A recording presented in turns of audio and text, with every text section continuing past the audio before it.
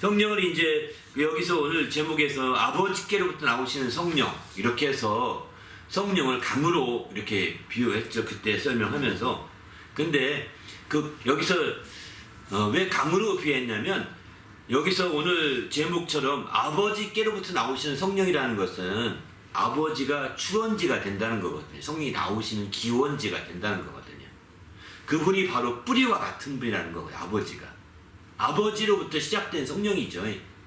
그래서 주님 예수께서 이거는 뭐 우리의 제가 비유한 것이 아닙니다. 예수께서 비유한 거거든요. 마태복음 요한복음 7장에 예수께서 비유하시기를 이제 누구든지 나를 믿으면 너희 배에서 생수향이 흘러나리라.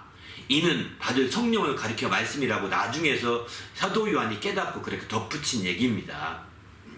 바로 성경에 이른 것 같이 그 배에서 생수향이 흘러나리라. 요한복음 7장 38절에 예수께서 이렇게 직접 말씀하셨어요. 그런데 왜 생수의 강으로 생명수가 아니라 생수의 강으로 비유하셨느냐는 거죠. 강은 알다시피 출원지가 있어야 합니다. 생명수는 그냥 물 졸졸 흘러나와 될지 모르지만 강물은 출원지가 있어서 시원지라고 그러죠. 시작한 거기서 물이 나와서 그 물이 끊어지지 않고까지 흘러가야 되는 거거든요. 근데 세상의 샘은 얼마 지나면 말라버립니다. 세상의 샘은 말라버리거든요. 근데 강은 말라버리지 않는 시원지가 있어야 되는 거예요. 말라버리지 않는. 말라버리면 강이 말라요. 마른다고요. 그 물이 흘러서 바다까지 땅끝까지 가야 되는 거거든요. 이런 강을 가리켜 말하는데 성령은 이제 바로 아버지에게서 흘러나오되 끊이지 않고 나오는 거죠. 그래서 끊이지 않고 나온다는 차원에서 나오시는 성령, 나오신다는 표현을 쓰는데 이 나오신다는 것은 현재 진행형으로 표현하고 있는 거거든요. 성령이 아버지에게 나오시되 그냥 한 번 나오고 끝나는 것이 아닙니다. 한 번 나오면서 그 다음에 딱 중단되는 것이 아니라 계속해서 나오시는 거예요. 아니 그런 성령이 어딨냐 이렇게 말할지 모르겠습니다. 아버지에게 나오신 성령은요 한 번 나오시면 끝장난 성령이 아닙니다. 아버지 나온 성령이 계속 이어져 흘러내려오는 거거든요. 누구에게까지? 나에게까지요. 그렇게 흘러내려온 성령이시기 때문에 그래서 생수의 강으로 비유하고 있는 거거든요. 예수님이 그걸 몰랐으면 생수의 강으로 말씀하셨겠어요? 그렇게 아시니까 생수의 강으로 비유하시는 거예요. 바로 그 생수의 강이신 그 성령이 아버지로부터 만약에 뚝 끊어졌다. 그 시원지지만 거기서 메말라 버렸다. 그러면 강이 안 되는 거예요. 거기서 증발되거나 사라지고 마는 것이죠. 중간에서요. 그러면 강이 아니라고 강으로 비유할 수 없다는 겁니다.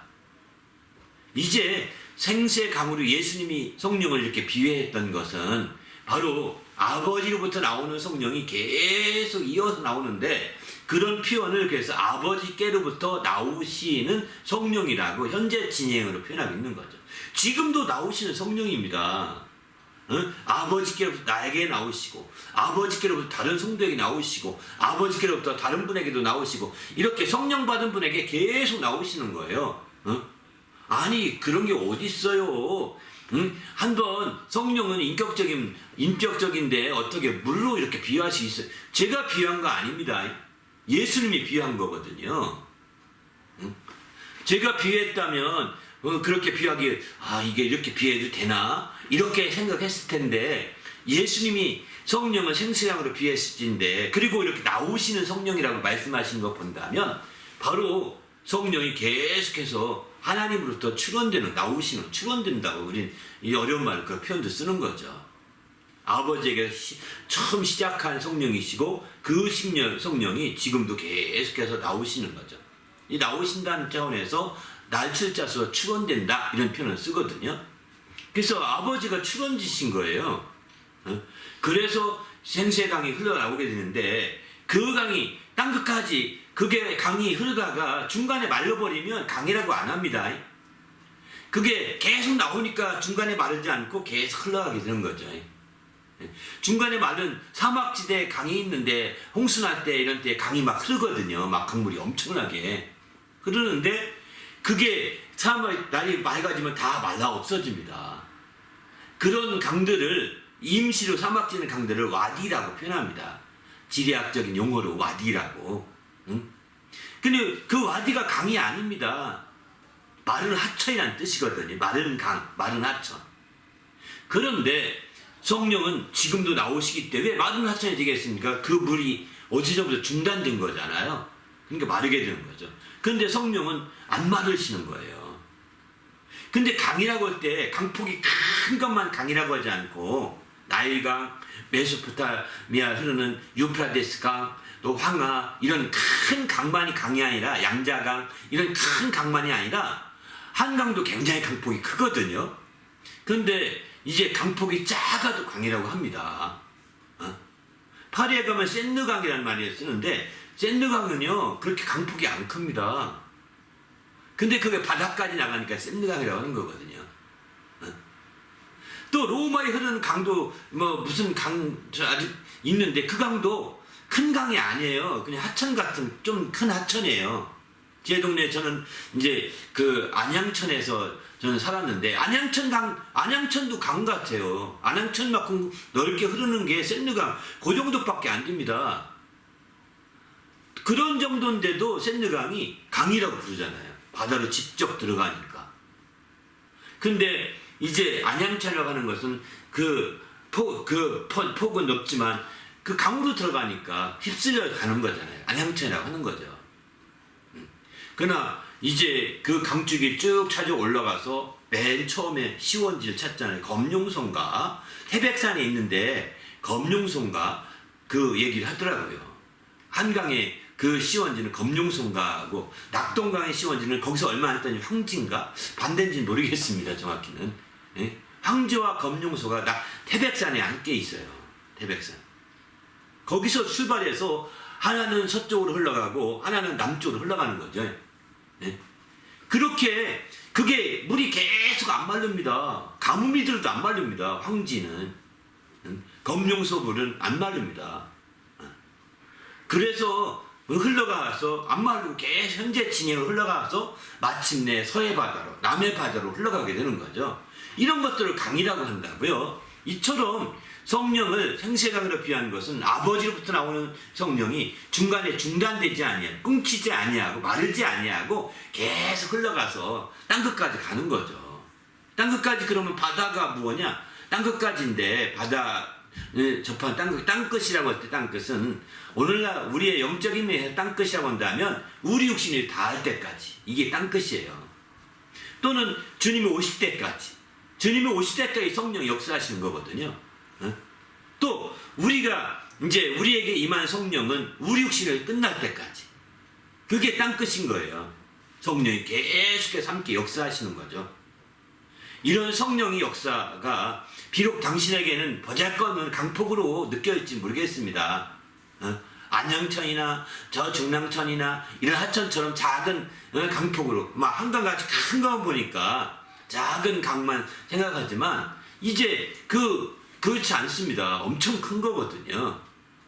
여기 토론토에는 강이 있죠. 여기 강폭이 작습니다. 토론토 시내에 흐르는 강이 있거든요. 그 강도 이름이 생각 안 나네. 강폭이 작습니다. 그런데 그 안양천보다 더 작더라고요. 강폭이. 왜냐면 그 강 근처에 있는 집을 한번 살까 해서 왔다 갔다 한 적이 있었는데 가보니까 진짜 참 아름다운 하천 옆에 하천이더라고요. 그런데 그게 강이랍니다. 그게 강이라고 했더라고요. 그거 보면서 이제 우리는 이 강물이 이 호수로 들어가다 보니까 강이라고 하는 것 같습니다. 이 호수물이 바다랑 연결되어 있거든요. 로렌스 강하고 쭉 연결되어서 이제 강물을 그래서 강이라고 얘기하는 것이 아닌가 생각이 들어요. 어쨌든 우리가 본다면 하천 정도 같아요. 여기 토론토 시내에 흐르는 강은요. 그러나 어쨌든 그 강물이 계속 흘러내리는 거죠. 안 끊어지고. 똑같습니다. 제가 강에 대한 이렇게 자세히 말씀드리는 것은 바로 이제 성령이 강으로 예수님이 비유했다는 점에서 굉장히 중요한 것 같습니다. 그래서 이런 강으로 비유하신 예수님 말씀 생각해 볼 때 우리가 성령을 철저히 중단되지 않게 되겠다는 겁니다. 성령이 우리에게 임하시면은요, 성령이 스스로 철수하지 않습니다. 구약시대 성령은 이제 성령이 라베시라고 해서 이렇게 성령이 씌웠다가 벗겼다 하는 관계의 성령을 역사했거든요. 구약시대에는. 그러나 신약시대에 와서 성령은 우리에게 내주하시기 때문에 그 성령은요, 우리가 죽을 때까지 떠나시지 않습니다. 한번 임하시게 되면. 우리가 육신을 다 마감할 때까지 떠나시지 않습니다. 함께 역사하시는 거죠. 또 이 땅의 성령 역사가 정말 인류를 통해서 그 성령, 이 땅의 신약시대의 성령 역사는 주님이 오실 때까지 성령 역사는 계속 진행되고 있는 거예요.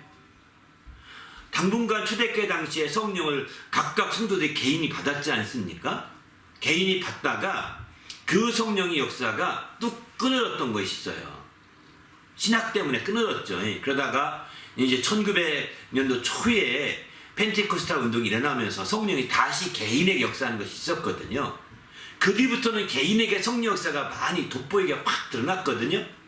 그 사이에는 성령의 역사가 있었는지 없었는지 모를 만큼 개인적인 역사는 없었던 것 같아요. 그래도 하나님께서 그래도 성령 역사는 계속 이어졌던 거죠. 드러나지 않았을 뿐이지만 어떤 성도에게는 성령이 역사하실 것입니다. 그렇게 해서 성령 역사가 계속 이어져 내려왔던 거예요.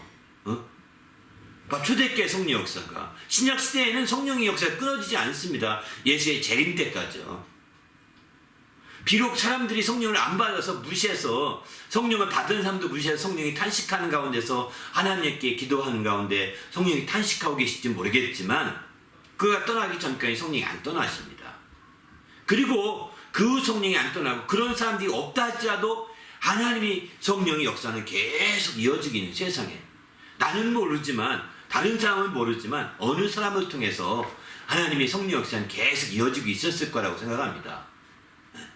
그러다가 이제 20세기 초반에 들어와서 펜테칼 침례기를 통해서 성령 그 말씀을 그대로 믿는 자들, 그들을 통해서 성령 역사가 그대로 초대교회와 같이 재현되었죠. 그렇게 재현되어서 오늘날은 성령 역사가 초대교회에 똑같은 역사가 일어나고 있다라고 오늘날은 많이 그렇게 믿죠. 이 운동을 우리는 펜테코스탈 운동이라고 표현합니다. 바로 이렇게 되어서 지금은 성령 역사가 우리 가운데 역사하는 것도 경험하고, 저도 성령을 받았습니다. 저도 성령으로 말미암아 이렇게 은사도 나타났고요. 정말 그 역사하심을 많이 경험하고 있습니다. 그런 역사들이 계속 되고 있는 거고, 이게 대를 이어서 끊어지지 않아야 되는 거죠. 우리의 세대에 계속 이어져 가야 되는 거죠. 주님이 오실 날까지. 나도만 끝나서는 안 되는 거죠.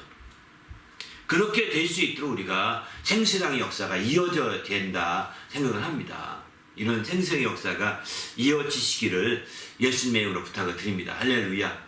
그래서 이제 아버지께로부터 나오시는 성령을 강조하는 거예요. 사실은 아버지께로부터 나오시는 성령을 강조하는 게 바로 생수의 강이신 성령이라고 볼 수가 있는 거죠. 그래서 땅까지 흘러가는 거죠. 그 성령의 역사로 말미암아서 이렇게 성령의 역사가 당대로 끝나지 않고 다음 세대로 주님이 오신 날까지 계속 흘러가는 그런 생수경의 역사가 이어지시길 바랍니다. 할렐루야. 저는 우리 모두가 이 일에 드려지고 이 일에 정말 큰 역사가 있어야 된다고 확신합니다.